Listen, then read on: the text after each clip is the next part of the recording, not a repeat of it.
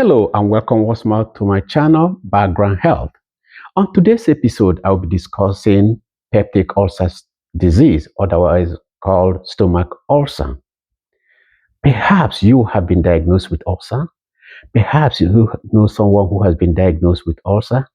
If not, chances are you or someone you know will at some point be told that they have ulcer. They may also be told that they have gastritis, and you are wondering what these conditions are. In today's episode, I'll tell you precisely what a gastric ulcer or gastritis is. I'll tell you what causes it, the symptoms of it, how we can treat it, how we can prevent it, and I also tell you about the complications of gastric ulcer disease. Chances are you have experienced a gnawing, grinding, painful belly pain right in the center of your belly. Feels like somebody is drilling a corkscrew through the walls of your stomach. Sometimes it feels like a hunger pain, even though you have eaten. You feel like, I just ate a while ago. It hasn't been too long. Why am I feeling this kind of annoying pain? That may be a symptom of peptic ulcer disease.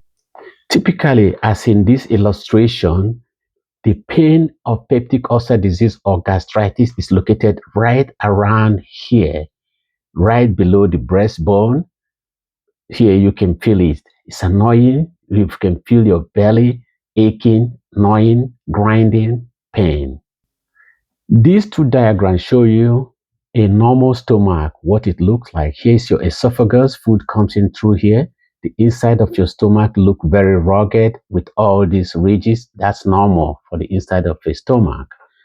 Here you see a stomach that is filled with gastric acid, which consists of hydrochloric acid and other digestive enzymes.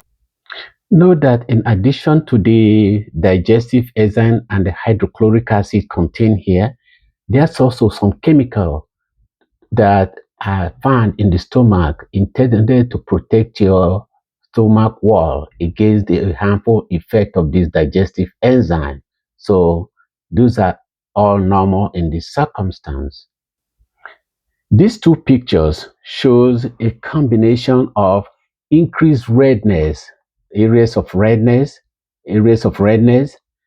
all here called inflammation or gastritis of the stomach lining. And then in this one, we see an outright ulcer eating through the wall of your stomach here, boring a hole. That can be quite painful. In these things, surrounded with areas of redness, you may have bled a little bit. So this is what we call gastric ulcer.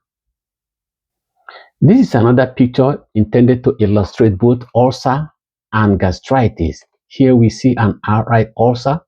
There's smaller ulcers throughout. Here's some here, there's some here, and go along. Throughout the stomach, you have multiple ulcers, but also you see areas of this redness here. Those are called gastritis. So this individual has both gastric ulcer and gastritis in one stomach, and we'll talk about these conditions.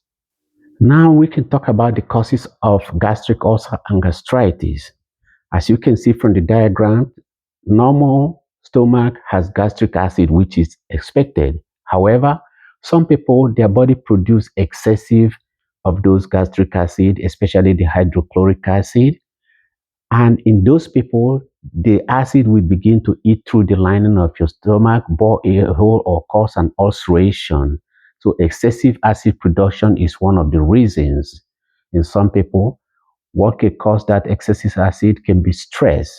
It can be whether it's physical stress, emotional stress, etc., or even illness can bring it about. For other people, use of medications such as non-steroidal anti-inflammatory drugs such as ibuprofen, um, or Aleve, or naproxen, or indomethacin, or something called piroxicam, or other medications that belong to that family of non-steroidal anti-inflammatory drugs can cause it. For some people, alcohol can contribute to gastritis, or if you already have gastritis, it can make it worse. If you have a stomach ulcer, it can make it worse, especially the hard liquors can make that alcohol gastritis or make it worse. For other people, infection in the lining of your stomach by a bacteria called H. pylori. It's a reason for them to have it. So now you want to know how we treat it. Of course, if you prescribe medications such as what we call H2 blockers, such as cimetidine, ranitidine, uh, other medication like famotidine, those belong to what we call H2 blockers, or you can prescribe something called proton pump inhibitor, such as omeprazole, pantoprazole, rabeprazole, etc. Those medicines are helpful.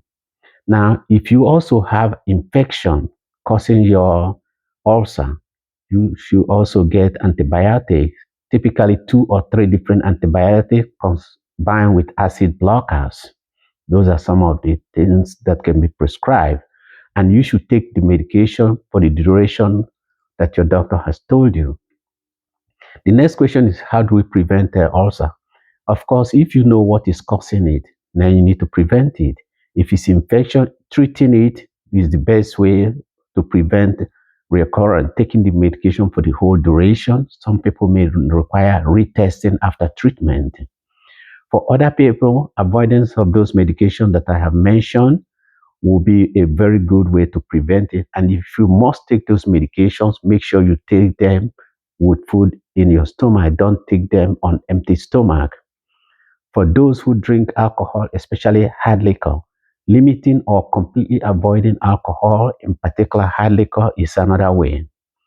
Now, for those people facing a lot of stress, if it's emotional stress or some type of psychological event, getting help from a psychological or mental health professional can help you to reduce your stress and address stress related issues. So, next, I want to talk about the complications.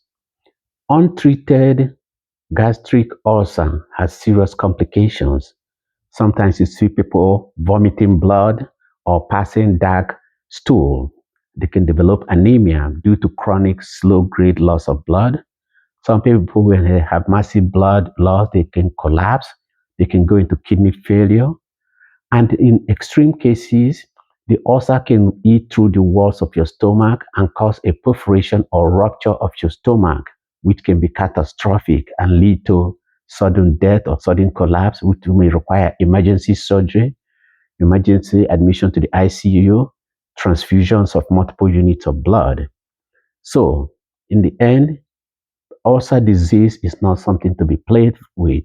And if you have it and medication is prescribed, please take it to completion and find out why you have it and how you can prevent it. Thank you. Until next time.